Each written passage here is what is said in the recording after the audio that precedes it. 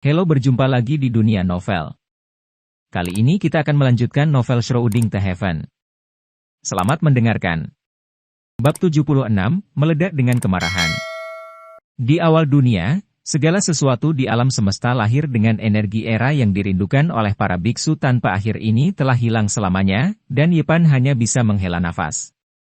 Dia mendapatkan banyak malam itu. Lautan kepahitan dibuka dari seukuran biji kedelai menjadi seukuran telur merpati. Yang paling penting adalah lautan kepahitan emas berisi 19 pola ilahi kata, nyaris, dijatuhkan. Pada saat ini, langit sudah cerah, dan Yepan berburu 2 burung pegar dan seekor kelinci di hutan, dan memetik beberapa buah liar, sebelum berjalan menuju kota.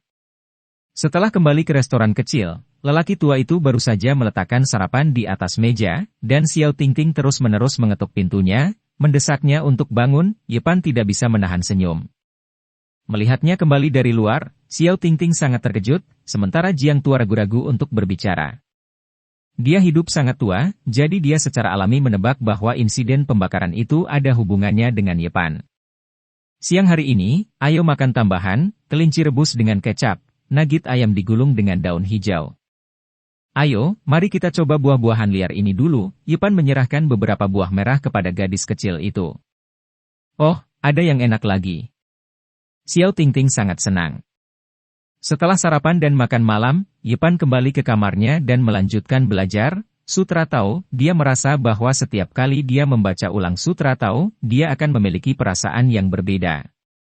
Hah? Yepan terkejut. Dia menemukan bahwa puluhan baris karakter kuno di awal buku emas secara bertahap kabur, dan sepertinya mereka akan segera menghilang. Untungnya, aku sudah mengingatnya, kalau tidak akan benar-benar ada masalah. Dia tidak mengerti mengapa ini terjadi. Hingga tengah hari, Yepan terbangun dengan suara keras. Kamu orang tua, berhenti bicara omong kosong, cepat dan siapkan makanan dan minuman, atau toko kecilmu akan dihancurkan. Guan Liu, apa yang harus kita lakukan di masa depan? Dipukuli keluar rumah oleh keluarga Li benar-benar sulit dikatakan. Itu adalah pria parubaya berwajah kuning dan beberapa bawahannya, yang semuanya terbungkus perban saat ini, dan beberapa dari mereka dibakar oleh senjata besar kemarin, beberapa dari mereka diusir setelah dipukuli oleh keluarga Li. Berdiri di depan meja, Xiao Tingting berkata dengan malu-malu, jangan membentak kakekku, kami tidak akan membuka restoran lagi, kamu bisa makan di tempat lain. Bang, Meneer. Liu menampar meja dengan keras, menatap He. Menutup matanya dan berkata, orang tua Jiang, berhenti berlama-lama. Jika kamu tidak menyiapkan makanan, aku akan membuang cucu perempuanmu ke dalam sumur. Paman Jiang buru-buru mendukung Tingting, memblokirnya di belakang, dan berkata kepada beberapa orang, kami benar-benar tidak berbisnis lagi, toko ini benar-benar tidak dapat dilanjutkan, kamu harus pergi ke tempat lain. Apakah kamu lupa pelajaran kemarin? Hari ini kita sedang dalam suasana hati yang buruk, kamu berani membantah? Liu Guanxi mencibir, wajahnya yang kuning menjadi lebih pucat, terlihat sedikit dingin.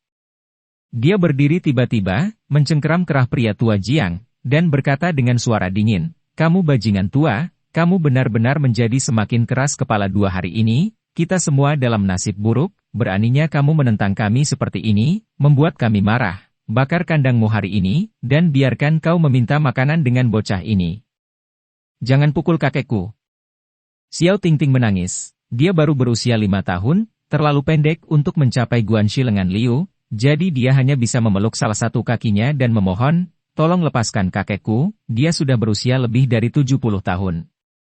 Guanxi Liu mencengkeram kerah Pak Tua Jiang dengan sangat erat dengan tangannya. Meskipun dia terbakar, dia tidak sebanding dengan Pak Tua Jiang, yang berada di tahun-tahun kematiannya.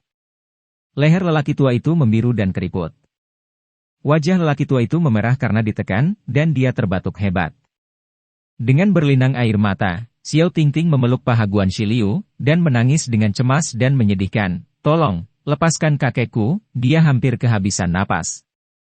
Wuh, kakekku berusia lebih dari 70 tahun, jangan cubit dia, biarkan dia pergi. Xiao Tingting mengguncang paha Guanxi Liu dengan kuat, tapi tidak peduli seberapa keras dia bisa, itu tidak berhasil. Gadis kecil berbulu, tetap di sini. Liu Guanxi mengangkat kakinya dengan kuat, menyebabkan Xiao Tingting tersandung, dan kemudian mengangkat kakinya untuk menendangnya. Ketika Yepan bergegas ke restoran kecil dari halaman belakang, dia kebetulan melihat pemandangan ini. Dia mengambil teko di atas meja dan melemparkannya, mengenai kaki Guanxi Liu yang baru saja diangkat, lalu bergegas mendekat, menarik Xiao Tingting ke atas. Kakak! Xiao Tingting menjerit malu-malu dengan mulut mengerucut, matanya merah, wajahnya berlinang air mata, pakaian barunya tertutup debu. Yepan sangat marah, seolah-olah ada api yang membakar di tubuhnya.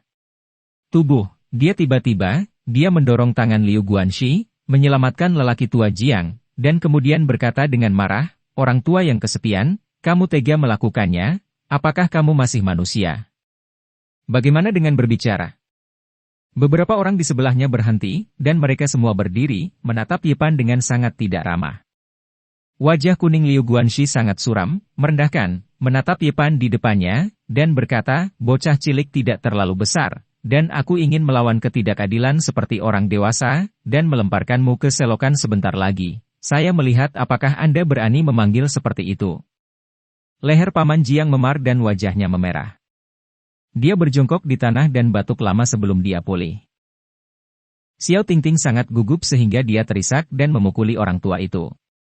Punggung pria itu dengan lembut, menangis, kakek, kamu baik-baik saja ayo, jangan menakut-nakuti Tingting. Tingting sangat khawatir, Tingting sangat takut.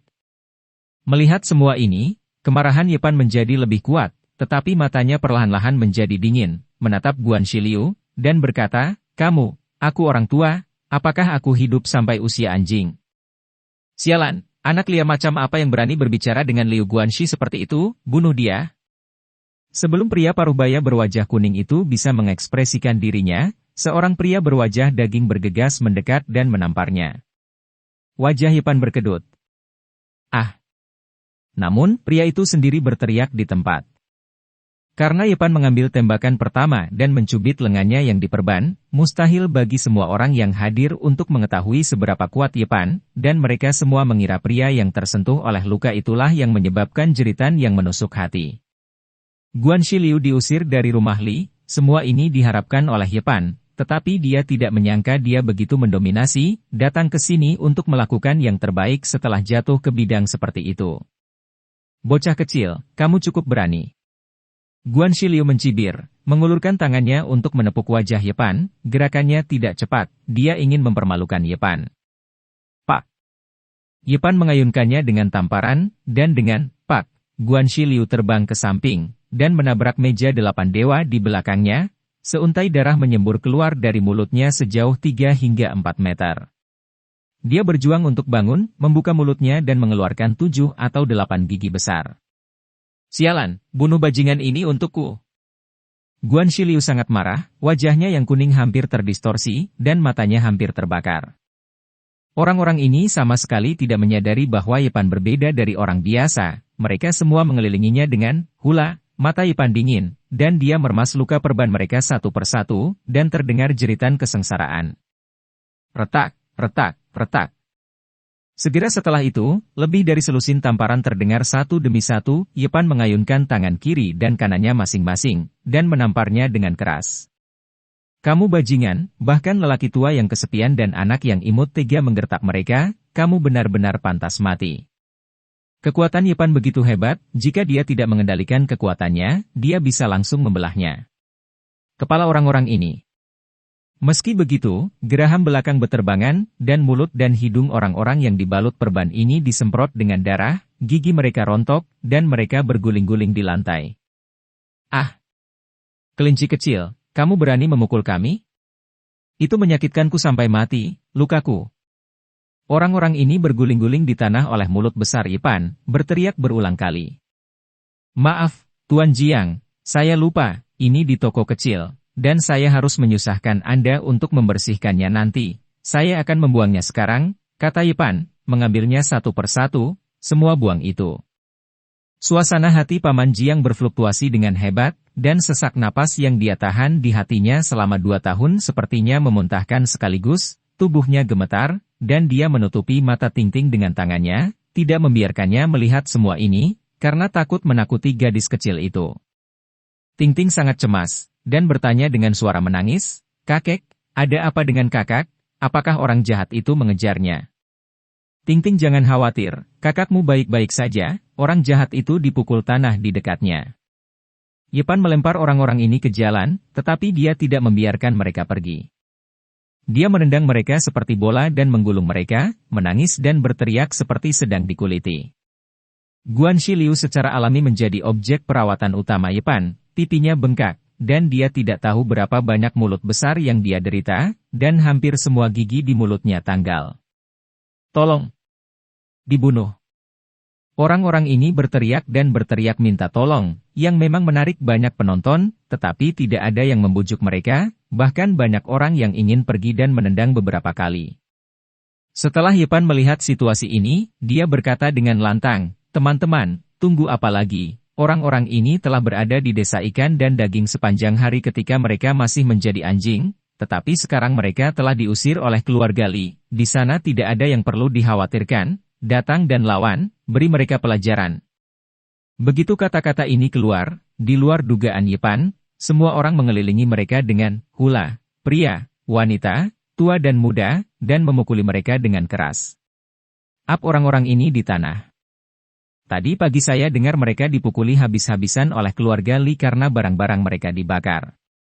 Sepertinya benar. Pantas saja pemuda ini mampu menghajar mereka dengan keras. Ternyata mereka penuh luka. Mereka baru saja dipukuli habis-habisan. Kalau tidak, pemuda ini akan sangat menderita hari ini.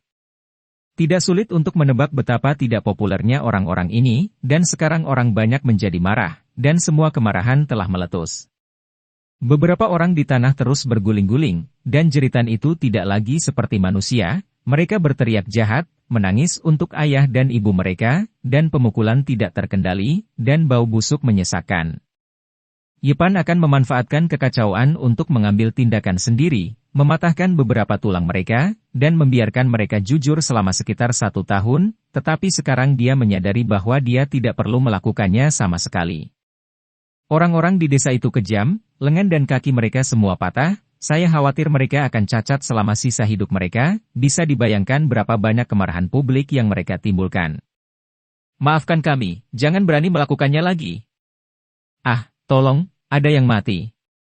Bab 77, Senjata Berat Kyushu.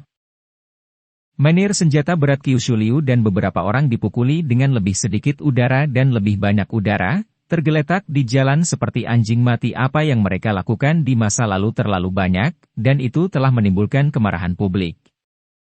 Jika bukan karena bujukan dari beberapa orang tua yang stabil, mereka akan dipukuli sampai mati dan dibunuh. Pada akhirnya, semua orang melemparkannya ke pintu rumah masing-masing seperti anjing mati, yang sangat memuaskan. Pada siang hari, restoran kecil itu penuh dengan tawa dan tawa. Senyum Xiao Tingting sangat cerah, dan dia tidak lagi khawatir atau takut. Paman Jiang juga mengeluarkan rasa sesak di hatinya, dan kerutan di wajahnya sepertinya telah banyak menghilang. Dia membuat beberapa hidangan berulang kali, seperti daging kelinci merah, bakso kelinci dalam sup bening, kelinci asam manis iga, dan ayam gulung daun hijau, ayam pedas, selain beberapa sayuran dan sayuran yang terbuat dari buah-buahan liar. Makan berlangsung lama sekali, dan ada tawa dari waktu ke waktu. Suasana harmonis ini memberi Yepan ilusi bahwa dia sudah kembali ke rumah. Setelah makan siang, Yepan langsung pergi ke pegunungan yang dalam, dan dia mulai mencoba mengendalikan pola dewa, karena ini sangat kritis dan penting untuk latihan selanjutnya. Setiap pola ketuhanan, seperti rantai besi dewa, bertahan di atas lautan emas kepahitan, yang merupakan bentuk asli yang dibentuk oleh esensi kehidupan yang kental. Para biksu dapat mengorbankan pola spiritual ke dalam berbagai bentuk, seperti pisau lempar, belati, DLL, yang dapat dilepaskan dari tubuh untuk membunuh musuh, yang lebih efektif daripada pola spiritual. Beberapa orang akan menghabiskan banyak waktu dan berpikir untuk mengorbankan pola ilahi, asli menjadi pedang terbang, perisai kecil, tombak dewa, DLL, yang lebih mudah dikendalikan dan akan sangat meningkatkan kekuatan melawan musuh. Bahkan ada beberapa orang yang tidak takut dengan kerumitan dan misteri, berulang kali mengeraskan pola ketuhanan, mempersembahkan korban ke kuali, lonceng, atau menara, DLL, dapat mengerahkan berbagai kekuatan misterius. Legenda mengatakan bahwa bejana, yang dibuat oleh sejumlah kecil biksu dengan pengorbanan pola ilahi, dapat mengalami perubahan tak terduga di tahap selanjutnya, dan lintasan Tao terjalin di dalam bejana yang tidak dapat diprediksi. Kekuatan. Tentu saja, kemungkinan ini sangat rendah, dan hanya para kultivator es yang sangat berbakat dan sangat kuat yang dapat memiliki kesempatan seperti ini. Dilihat dari pengalaman masa lalu, semakin rumit dan misterius wadah yang disempurnakan dari pola ilahi asli, semakin kuat ding dan lonceng atau menara DLL. Saya harap ini mungkin sedikit lebih besar. Tentu saja, semakin rumit alatnya, semakin sulit untuk membentuknya, butuh energi dan waktu yang tak ada habisnya untuk menyempurnakan garis besarnya, dan tahun-tahun terbuang sia-sia. Apalagi, meski kebetulan, akan sulit mendapatkan reward jika berlatih keras hingga tahap selanjutnya. Lagi pula, harapan Track of the Tao terlalu tipis. Bagi banyak biksu, itu hanyalah legenda, dan hanya diperuntukkan bagi beberapa karakter yang luar biasa dan cemerlang.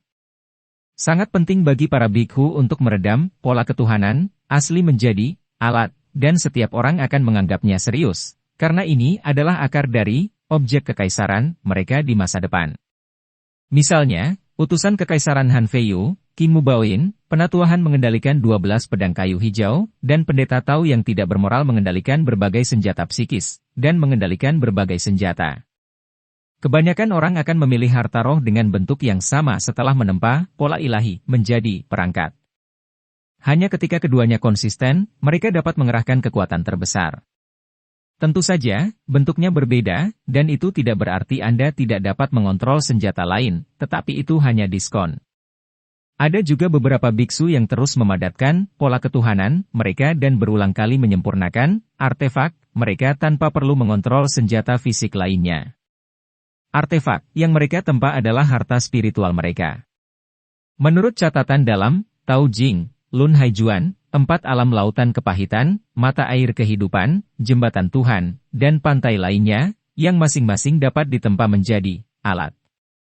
Yepan sudah menjadi biksu di alam laut yang pahit, dan sekarang dia akan meredam kapal pertamanya. Dia serius memikirkan apa yang harus dipilih, karena masalah ini sangat penting. Setelah kapal disempurnakan dan terbentuk, akan sulit untuk mengubahnya. Terlebih lagi, alat pertama adalah fondasi masa depan, dan itu jauh lebih efektif daripada alat yang ditempa di alam lain. Sekarang setelah dia memilih jalur kultivasi, semuanya akan dipertimbangkan dalam jangka panjang.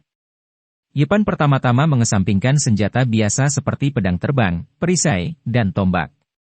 Meskipun dia tahu bahwa harapannya tipis, dia masih berharap bahwa alatnya dapat menjalin lintasan Tao di masa depan. Jadi dia memutuskan untuk memilih di antara alat yang rumit dan misterius itu. Apa yang harus dipilih?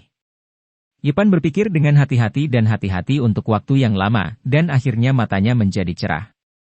Pada akhirnya, dia memiliki pilihan yang jelas dan memutuskan untuk meredam pola ketuhanannya menjadi kuali. Itu bukan dorongan tiba-tiba, itu adalah pertimbangan Yepan, bukan hanya karena dia menyukai Ding secara subjektif. Tetapi yang lebih penting, Ding, adalah artefak paling misterius di Tiongkok kuno. Tripod berjalan melalui seluruh sejarah kuno Tiongkok. Gunung dan sungai runtuh, dinasti berubah, pangeran bangkit bersama, dan Kyushu bersatu, semuanya tidak dapat dipisahkan dari tripod. Ini adalah artefak Kyushu dan benda suci dari negara.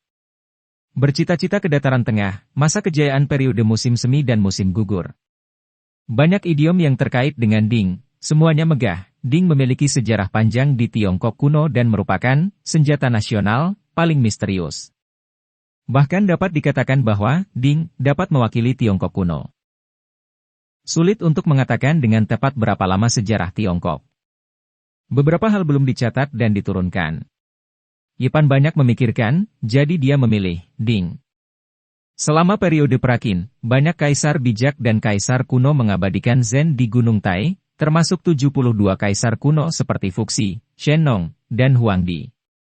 Dalam pandangan Yepan, terlalu banyak misteri, dari pengalamannya sendiri, tidak sulit untuk menemukan bahwa Tiongkok kuno diselimuti kabut yang tak berujung.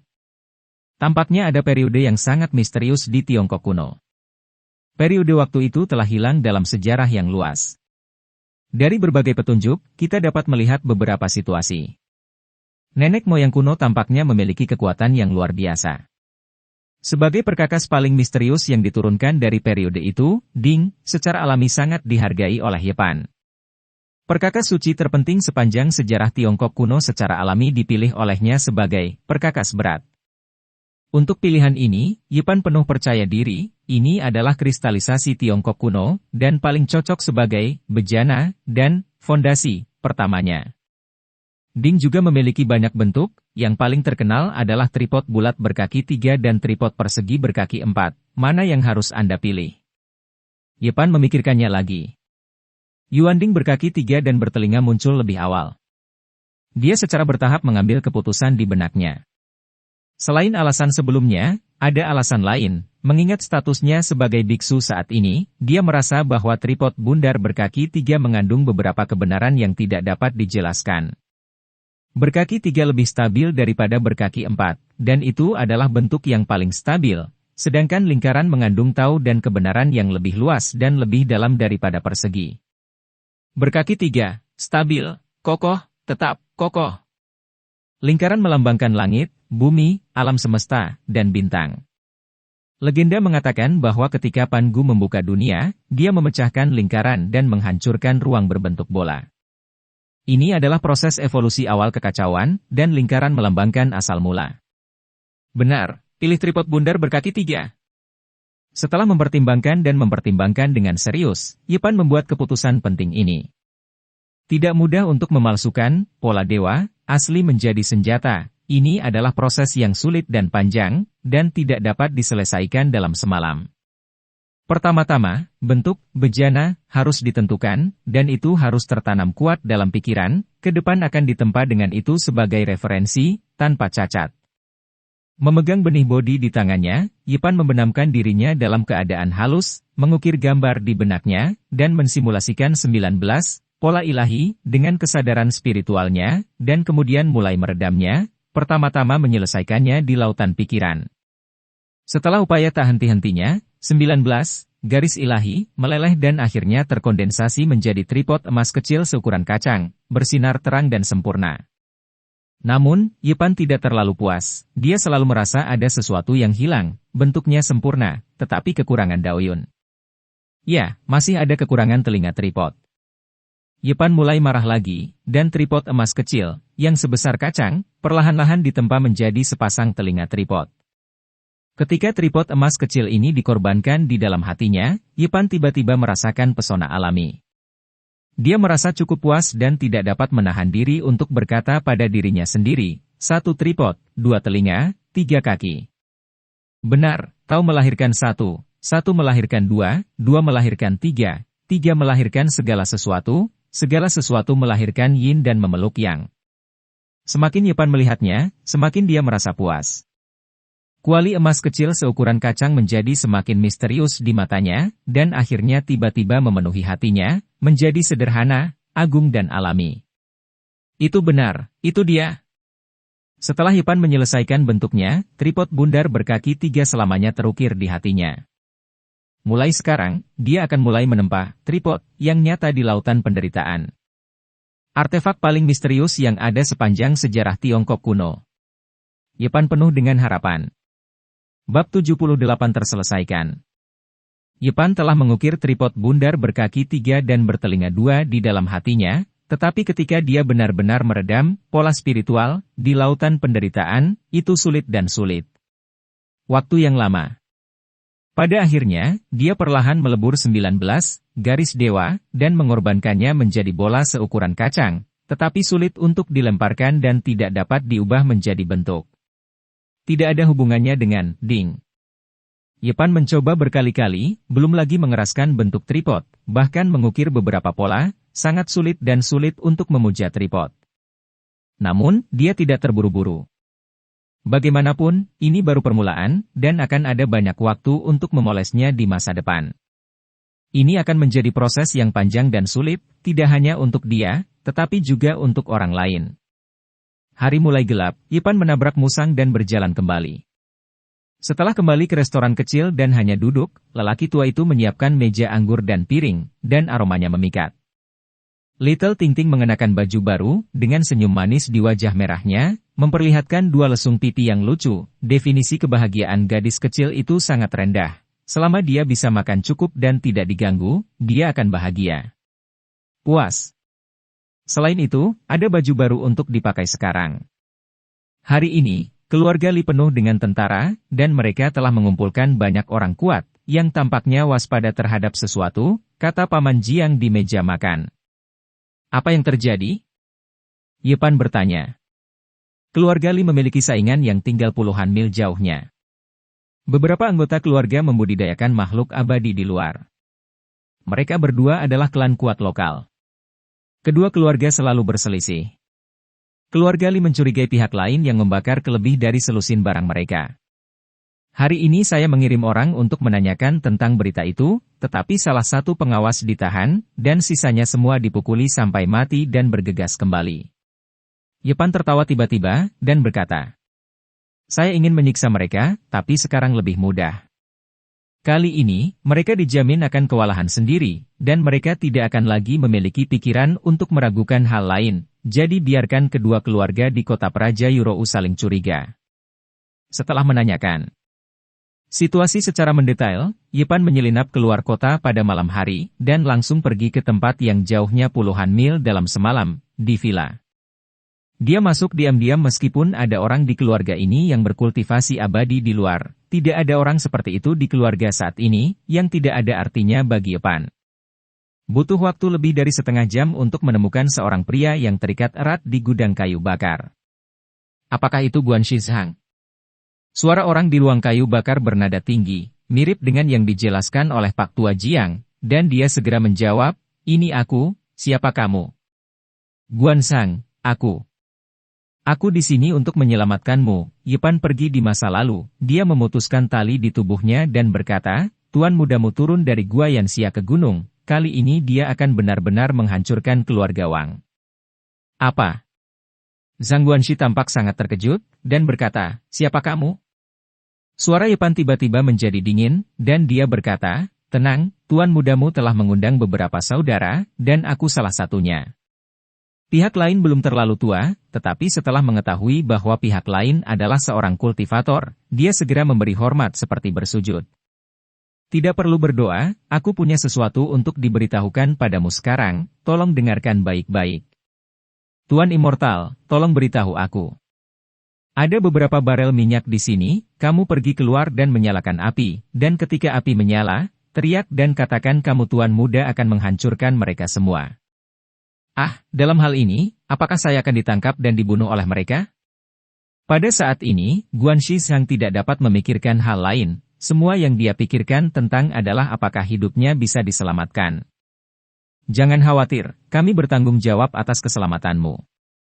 Beberapa dari kami ingin menyiksa mereka secara perlahan dan membiarkan orang-orang dari keluarga Wang mati ketakutan. Oke, aku akan menyalakan api sekarang, dan kapan waktunya datang, saya akan berbicara dengan Yang Abadi dan para tetua. Ayo bertarung bersama. Yepan menepuk pundaknya, dan berkata dengan penuh arti, kamu telah memberikan kontribusi yang besar. Dipuji oleh peri di matanya, mata Guan Shizhang darah segera mendidih, dan dia menggunakan semua kebencian dan kekejaman yang biasanya dia lakukan untuk menggertak tetangganya. Dia keluar, mengambil beberapa barel minyak dan bergegas keluar. Yepan mengambil tali yang putus di tanah, lalu berbalik dan menghilang ke dalam kegelapan. Tidak lama kemudian, villa gunung itu penuh dengan api, dan ada 4 atau 5 tempat api menyala pada saat bersamaan. Pada saat ini, suara bernada tinggi Guan Shizhang terdengar, terutama keras di tengah malam, dan berkata, kamu putra dari keluarga Wang, aku membakar sarang bajinganmu. Tunggu, tuan mudaku akan menghancurkan semua kamu. Tiba-tiba ada keributan, dengan wanita menangis dan pria mengutuk, dan segera seseorang bergegas menuju Guan Shizhang dengan pedang yang bersinar. Pada saat ini, Guan Shizhang sangat bersemangat, dan dengan dukungan dari Yang Abadi, dia tidak memiliki rasa takut, dan menyalakan 4 atau 5 api lagi. Ketika orang-orang dari keluarga Wang melihat semua ini, mata mereka menjadi merah, dan mereka meraung dengan marah dan bergegas mendekat, mengayunkan pisau dan menebas. Baru pada saat ini Guanxi Zhang merasa takut, karena yang abadi belum muncul di sampingnya, dan sudah terlambat baginya untuk melarikan diri pada saat ini.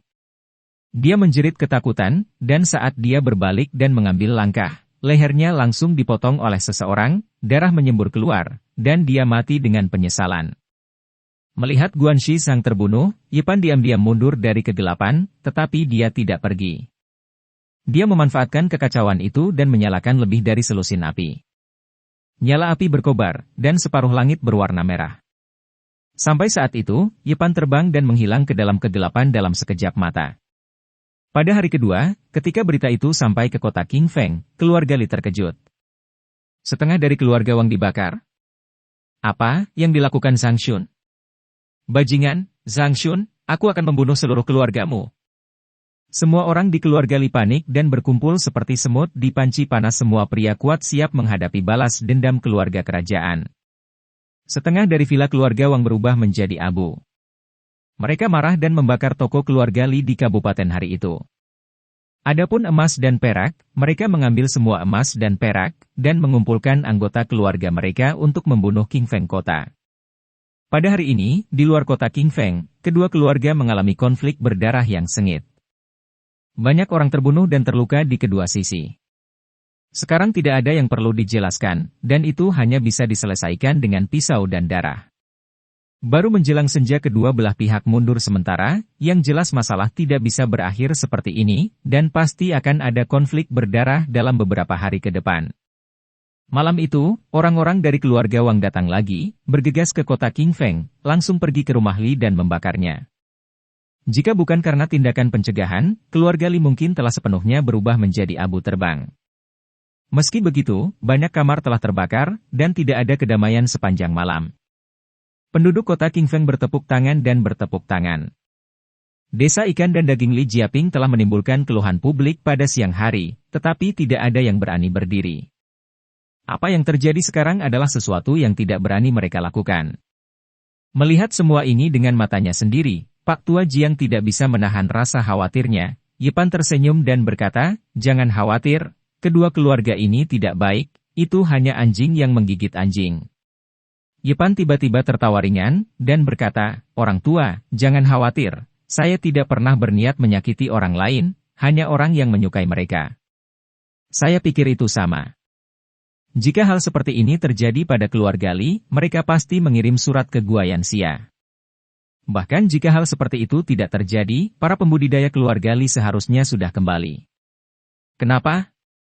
Yipan sedikit tidak senang, "Lepaskan." Li Jiaping menghabiskan banyak uang di siang hari, terutama untuk mengumpulkan ramuan dan mengirimkannya ke pembudidaya abadi di keluarganya. Beberapa waktu yang lalu, tampaknya beberapa sumber dikumpulkan. Dikatakan bahwa seorang pemetik ramuan menemukannya di sebuah gua kuno di gunung yang dalam. Ini sangat bermanfaat bagi para biksu. Yipan terkejut saat itu. Menurut catatan kuno, di era ketika ki langit dan bumi menghasilkan segala sesuatu, tumbuh-tumbuhan tumbuh subur, makhluk-makhluk itu kuat, obat mujarab tidak ada habisnya, dan banyak sumber diproduksi yang sebening kristal ember, tetapi mengandung sejumlah besar esensi kehidupan. Bahkan ada beberapa sumber ilahi yang langka, yang berisi makhluk tirani dari era awal langit dan bumi. Setelah sumber tersebut ditambang, mereka dapat memberikan energi kehidupan dalam jumlah besar. Saya menemukan Yuan di sebuah gua kuno di gunung yang dalam. Keluarga Li benar-benar memberi saya hadiah besar. Yipan menunjukkan senyum cerah di wajahnya. Bab 79, Melacak Pola Dao.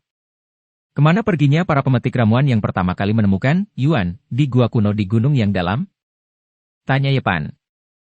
Tercatat dalam buku-buku kuno bahwa biasanya beberapa sumber dapat ditambang dari satu sumber, atau bahkan lebih. Jika gua kuno itu ditemukan, mungkin ada penemuan lain.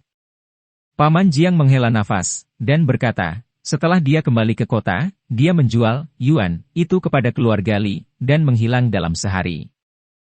Banyak orang berspekulasi bahwa keluarga Li tidak mau membayar tagihan, dan diam-diam melakukan hal-hal jahat. Masalahnya, Yepan tiba-tiba mengerti bahwa keluarga Li pasti telah membunuh orang untuk membungkam mereka, dan, sumber, sangat penting bagi para biksu, dan mereka tidak akan membiarkan orang ini berbicara omong kosong. Tampaknya sedikit merepotkan. Kakak, jika ada masalah, Ting-Ting akan membantumu. Xiao Ting-Ting memiringkan kepalanya, mengedipkan matanya yang besar dan cerah, dan berkata dengan polos. Yepan tersenyum, menggaruk hidung kecilnya yang halus, dan berkata, Ting-Ting sangat lucu. Setelah sarapan, Yepan berjalan keluar dari restoran kecil dan berjalan mengelilingi rumah Li 2 kali dari kejauhan. Dindingnya hancur, dan banyak lagi dari 30 rumah dibakar. Pada saat ini, raungan binatang buas datang dari luar kota kecil, dan setelah beberapa saat, debu beterbangan, dan gunung yang tinggi bergegas ke kota kecil. Itu tampak seperti kuda, tetapi ditutupi dengan sisik biru. Itu sangat cepat, dan datang ke Li di depan rumah. Kuda bersisik naga. Yepan terkejut. Dia tahu bahwa binatang aneh semacam ini ditutupi dengan sisik biru, dan tubuhnya seperti kuda. Itu kuat dan bisa berlari berkali-kali lebih cepat dari kuda biasa. Pertanyaan, tak kenal lelah, tidak perlu berhenti di tengah jalan. Sangat sulit bagi manusia untuk memiliki binatang aneh seperti itu, bahkan kultivator, DC of Pahit Realm sulit untuk menaklukkannya.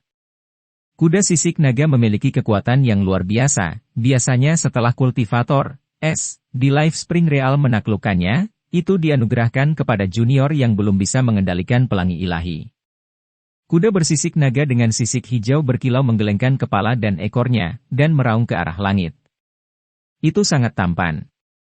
Duduk di atas pelana adalah seorang pemuda berusia 25 atau 6 tahun. Wajahnya putih, bibirnya kurus, dan matanya agak dingin.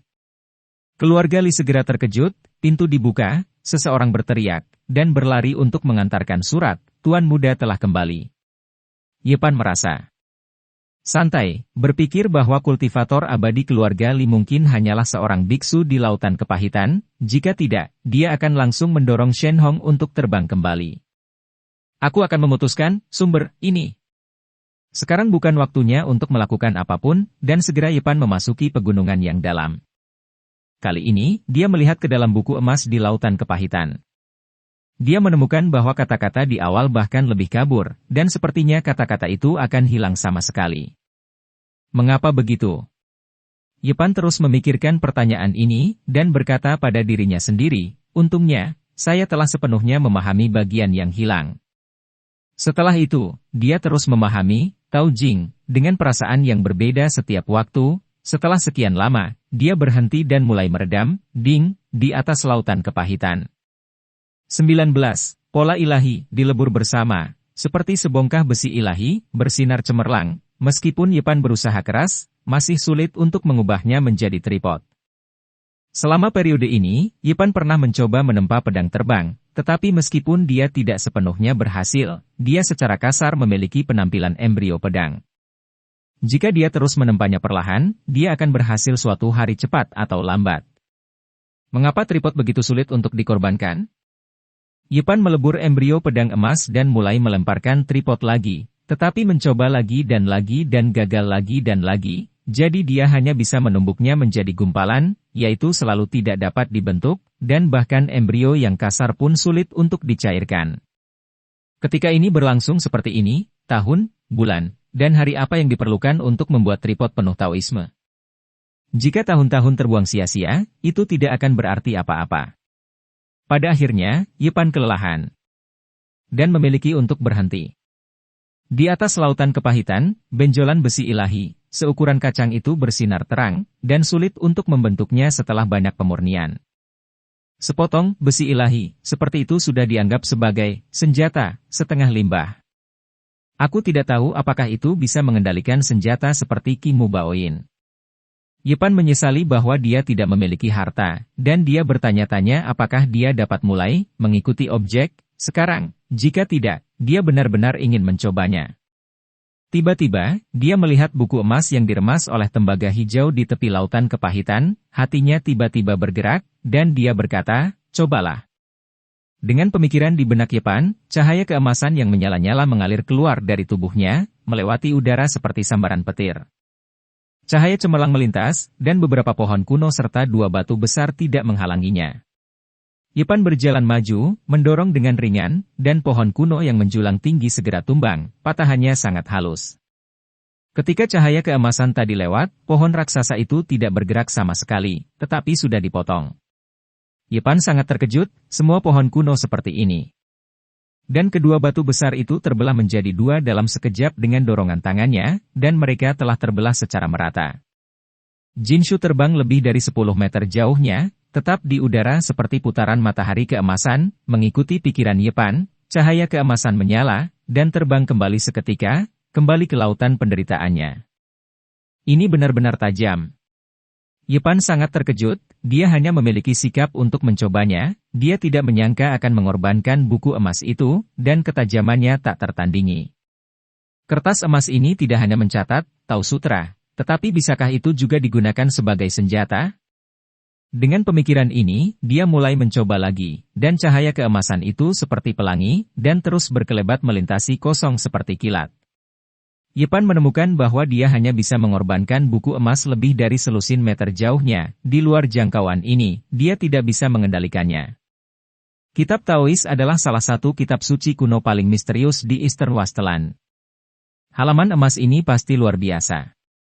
Saya juga punya senjata. Sekuat kuda. Itu pasti sangat tajam saat menghadapi musuh. Yepan secara bertahap mendapatkan kepercayaan diri. Bahkan satu halaman kertas seperti ini. Sepotong tembaga hijau itu pasti lebih menakutkan. Itu harus menjadi senjata sungguhan. Aku tidak tahu seberapa kuat itu. Memikirkan hal ini, Yepan tidak bisa tenang ke bawah, melihat ke dalam lautan penderitaan, dan ingin mengendalikan tembaga hijau. Namun, di tengah lautan emas kepahitan, sebongkah tembaga hijau itu diam dan terpaku di sana seperti batu. Aku merasa seperti mendorong gunung yang besar. Yepan berkeringat deras, kelelahan, dan sulit untuk mengguncang tembaga hijau sama sekali. Pusat lautan kepahitan diselimuti suasana kesederhanaan dan perubahan-perubahan, serta tekanan yang agung. Tidak heran jika Tao Sutra didorong ke tepi. Tembaga hijau ini sangat misterius dan luar biasa, seolah menghadap ke laut tanpa batas dan bintang-bintang kuno. Luas dan menindas seperti langit. Lengkap. Sepertinya pecahan dari beberapa jenis perkakas, dan pecahannya seperti ini bisa dibayangkan betapa mengerikannya perkakas yang lengkap. Sulit untuk diukur, tidak mungkin untuk berspekulasi sama sekali. Hati Yepan penuh dengan keterkejutan, semakin dia memikirkannya, semakin dia merasa takut dan terkejut, dan berkata pada dirinya sendiri, seperti apa bentuk tubuh yang lengkap. Pada saat ini, matanya tiba-tiba berbinar. Dia melihat pola dao pada tembaga hijau, dan garis-garis itu memiliki sajak dao yang tak terlukiskan. Aku tidak bisa mengguncang tembaga hijau, jadi aku akan menyalin pola Tao terlebih dahulu.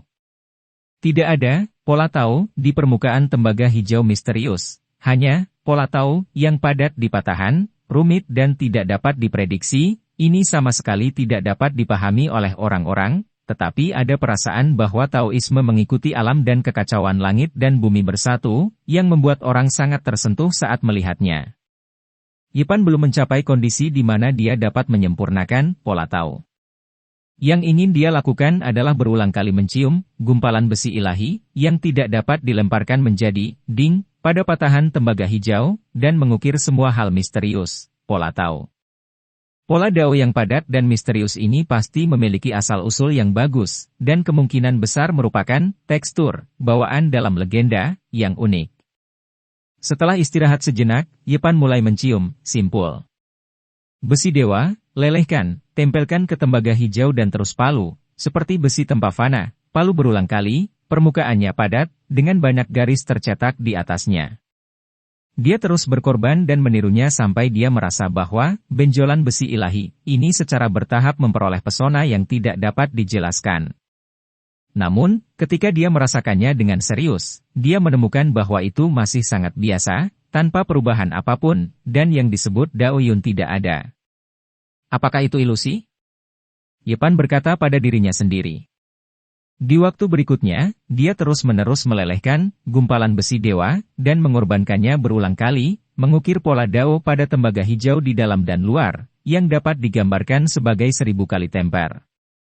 Tampaknya jauh lebih padat dari sebelumnya. Entah itu ilusi atau bukan, meniru pola dao tembaga hijau pasti hanya memiliki keuntungan dan tidak ada kerugian. Akhirnya, Yepan mulai mempersembahkan pengorbanan. Kepada Ding, lagi, ingin untuk melihat tiruan dari jerawat besi dewa, apakah benar-benar ada perubahan setelah Daowen? Di atas lautan kepahitannya, gumpalan besi ilahi, terus berubah bentuk, ujung dan sudutnya berangsur-angsur membulat, kilaunya telah banyak menyusut, dan memiliki perasaan yang lebih kokoh. Pada akhirnya, meskipun embrio kasar tidak dimurnikan, Yepan masih merasa sangat bersemangat, dia memperhatikan ketidaknormalan itu, dan menemukan perasaan misterius dalam proses penempaan, gumpalan besi suci. Pola dao pada tembaga hijau benar-benar misterius. Itu harus dilebur dan diukir berulang kali setiap hari di masa depan. Tidak akan menjadi masalah untuk berhasil mengorbankan Ding. Bab 80, merebut sumbernya. Pada siang hari, Yepan kembali ke restoran kecil. Dia sangat menyukai suasana makan malam bersama Pak Tua Jiang dan Xiao Tingting. Setelah makan, Xiao Tingting pergi mencuci piring dengan patuh. Melihat semua ini, Yepan merasa sangat malu. Dia sepertinya tidak membantu apapun. Biarkan aku datang, kamu masih muda, kamu tidak perlu melakukan hal-hal ini sekarang, tidurlah, kamu sangat tinggi. Aku tidak perlu. Kakak untuk melakukannya, aku bisa mencuci piring, dan mereka sangat bersih. Gadis kecil itu memaksa Yepan menyingkir. Paman Jiang memiliki senyum di wajahnya, dia sedang membersihkan piring dan menatap cucunya dengan penuh kasih sayang. Sebuah suara tiba-tiba menyela suasana hangat, mengatakan, aku belum melihatmu dalam 2 tahun, gadis kecil ini telah tumbuh sedikit dan dapat melakukan sesuatu. Dengan senyum tipis di wajahnya, dia memandang jijik pada Pak Tua Jiang. Dan Yepan, lalu menatap Xiao Tingting. Paman, siapa kamu? Apakah kamu mengenalku? Mulut Xiao Tingting sangat manis, meskipun dia merasa sedikit tidak baik, dia tetap memanggil pamannya dengan patuh. Tentu saja. Aku mengenalmu sejak orang tuamu masih hidup. Pria muda itu memiliki kulit yang cerah dan bibir yang tipis, memberikan tatapan yang kejam. Dia tidak segan-segan menyebutkan bahwa orang tua Xiao Tingting telah meninggal. Mata besar gadis kecil itu langsung memerah. Dia masih samar-samar mengingat penampilan orang tuanya. Di masa lalu, dia sering terbangun sambil menangis dalam tidurnya. Belakangan, dia menjadi tergantung pada Paman Jiang. Seiring berjalannya waktu, dia akhirnya berhenti menangis dalam mimpinya.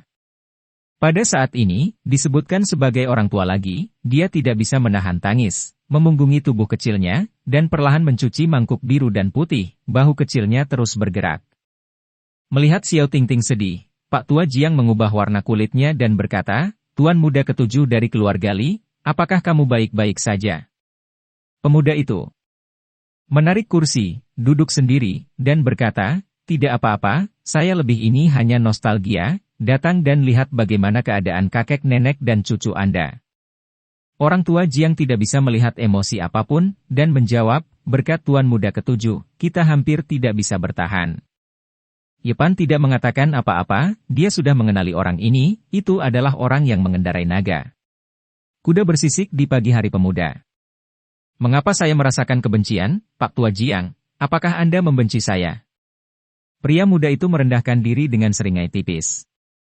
Orang ini memasuki Gua Yanxia bersamaan dengan ayah Xiao Tingting saat itu, tetapi karena bakatnya, dia tertinggal jauh oleh ayah Tingting. Selain itu, dia melakukan perbuatan jahat dan diajari dengan keras oleh ayah Tingting, sehingga dia menjadi cemburu. Ketika orang tua Tingting meninggal, dialah yang membiarkan keluarga Li mengambil alih restoran dan penginapan Paman Jiang, memaksa kakek nenek dan cucunya entah kemana. Beraninya aku membenci tuan muda ketujuh, tidak ada hal seperti itu. Bibir pemuda itu tipis, memberikan perasaan yang sangat kejam, dan dia berkata, ada beberapa hal yang tidak perlu disimpan di hatiku jika Anda cemburu, lebih baik meludahkannya, jika tidak, Anda akan sangat marah. Anda berusia lebih dari 70 tahun, dan Anda tidak memiliki beberapa tahun untuk hidup. Tetapi dia akhirnya tenang lagi, dan berkata, Tuan muda ketujuh, saya ingin menanyakan sepatah kata pun, kalau tidak saya akan mati dengan damai. Tanyakan saja. Pemuda itu membuka kipas lipat. Dengan sebuah jepret dan mengguncangnya dengan ringan, tampak beristirahat. Aku hanya ingin tahu, apakah orang tua Ting-Ting meninggal secara tidak sengaja?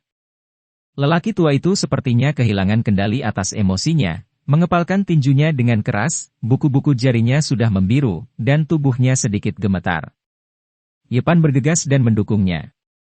Di sisi lain, Xiao Ting-Ting menangis terseduh-seduh, tubuh kecilnya memunggungi beberapa orang, bahunya terus bergetar, dan tangan kecilnya perlahan menggosok dan mencuci mangkuk porselen kecil.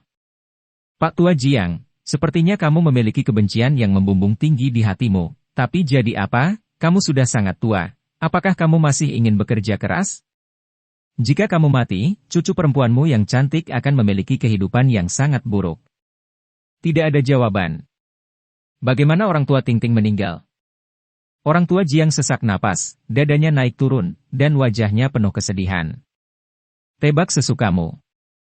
Pria muda itu menutup kipas lipat dengan jepret, memandang Yepan, dan berkata, ku dengar kau memimpin seseorang untuk memukul Guan Shiliu menjadi lumpuh. Yepan tidak menanggapi, dan mendukungnya. Paman Jiang menyingkir. Pemuda itu meliriknya, tidak terus berkata apa-apa, berdiri, dan berjalan menuju Xiao Ting-Ting. Apa yang akan kamu lakukan? Paman Jiang menunjukkan ketakutan di matanya, dan mengulurkan tangannya seperti ayam tua, menghalangi jalannya, melindungi Xiao Ting-Ting di belakangnya. Pak Tua Jiang, mengapa kamu gugup? Mungkinkah aku akan menyerang seorang gadis kecil? Pemuda itu memandang Xiao Ting-Ting dengan hati-hati, mengangguk berulang kali, dan berkata pada dirinya sendiri, seperti, itu terlalu mirip. Itu sayang sekali Periansia, mati itu tidak layak. 2 tahun telah berlalu, aku tidak pernah mengira putrimu akan sangat mirip denganmu. Ting-Ting menggigit bibirnya, meskipun dia menangis, dia tidak menangis dengan keras. Seolah dia tidak ingin menangis di depan tuan muda ketujuh dari keluarga Li. Pria muda itu memegang kipas lipat di tangan kanannya, menepuk tangan kirinya dengan ringan, dan berkata, oke, Pak Tua Jiang, kamu tidak perlu menderita lagi, aku akan mengambil gadis kecil ini mulai sekarang, dan kamu bisa menikmati masa tuamu di kota kecil ini. Apa maksudmu? Paman Jiang tiba-tiba terengah-engah, melindungi Xiao Ting-Ting di belakangnya, menatap tuan muda ketujuh dari keluarga Li. Gadis kecil ini pintar. Aku akan membawanya ke Gua Yanxia dan membiarkan dia melakukan sesuatu denganku. Itu lebih baik daripada mengikutimu. Tidak, kecuali aku mati, tuan muda Li keluarga 7, kamu tidak bisa menggertak orang-orang seperti ini. Paman Jiang sangat marah sehingga dia kesulitan bernapas, matanya merah, dan tubuhnya bergetar beberapa saat. Yepan buru-buru membantunya. Kakek, apakah kamu baik-baik saja? Jangan menakuti Ting-Ting.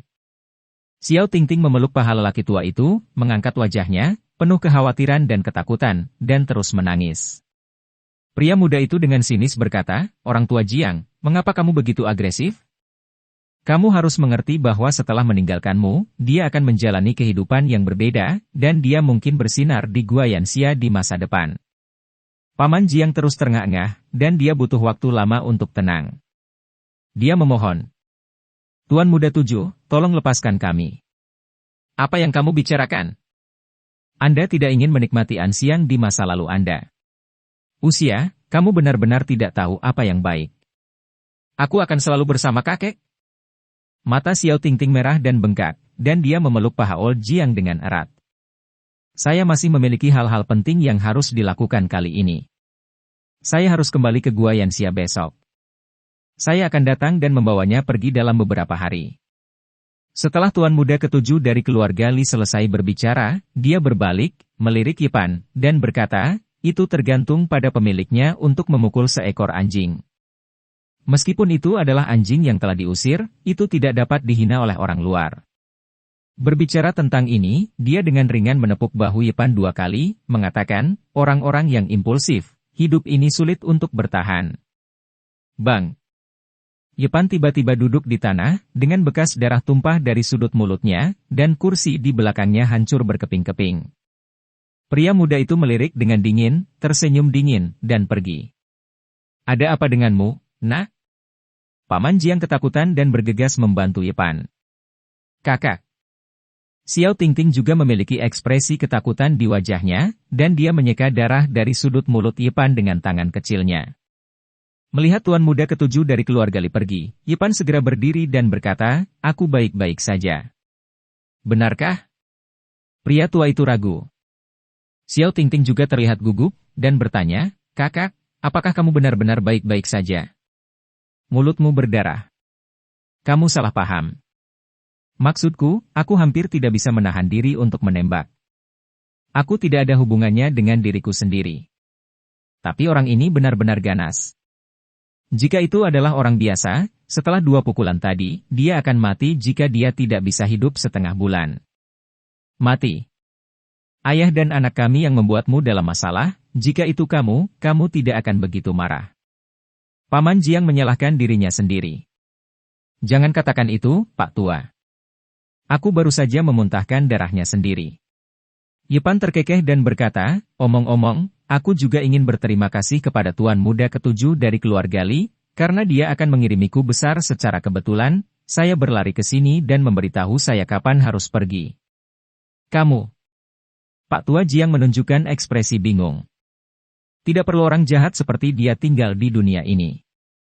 Dia sebenarnya ingin mengambil Tingting, bahkan di kehidupan berikutnya. Yipan telah memperhatikan pergerakan keluarga Li sepanjang waktu, dan dia pergi setelah larut malam. Kota kecil itu dijaga di jalan gunung lebih dari 20 mil jauhnya, yang merupakan satu-satunya cara kota King Feng untuk mencapai dunia luar. Cahaya bulan kabur, awan gelap melintas, dan pegunungan serta hutan langsung menjadi gelap. Binatang buas tak dikenal terus mengaum, dan pegunungan serta hutan di tengah malam tampak sedikit suram dan menakutkan. Di tengah malam, jalan pegunungan bergetar, dan derap kaki kuda yang berat terdengar di bawah cahaya bintang yang redup. Seekor kuda bersisik naga dengan sisik hijau berkilau berlari ke arahnya seperti sinar cahaya biru. Yipan menunggu dengan tenang sampai kuda bersisik naga itu mendekat, dan tiba-tiba cahaya keemasan yang menyala-nyala keluar dari tubuhnya, yang luar biasa terang dalam kegelapan, seperti matahari yang terik di langit. PFFT. Darah berceceran, dan terdengar teriakan dari kuda sisik naga, tapi pria itu tidak jatuh dari kudanya. Yipan terkejut, dengan cepat membalik buku emas itu, dan terbang menjauh. Dengan "poof" lembut, kuda bersisik naga itu terbelah dua, dan mayat itu jatuh dengan keras ke tanah. Orang-orang di atasnya terbang lebih dari 20 meter dan jatuh ke tanah. Hei! Cahaya perak menyala, dan tombak perak sepanjang setengah kaki melesat ke arah Yipan dengan cepat, seperti kilat perak. Kiang! Cahaya keemasan menyala, dan buku emas yang dikorbankan Yipan dipotong di tombak perak, dan tombak sepanjang setengah kaki itu tiba-tiba pecah menjadi 2 bagian dan jatuh ke tanah. Tidak jauh dari situ, orang yang jatuh dari sisik naga itu langsung melompat dan hendak bergegas masuk ke dalam hutan. Pada saat ini, Yipan membuat serangan lagi. Buku emas berubah menjadi cahaya listrik, menembus kehampaan yang gelap, dan menebas ke depan dalam sekejap mata. Dia sekuat kuda, tak terkalahkan, dan memotong kaki kirinya dengan "poof".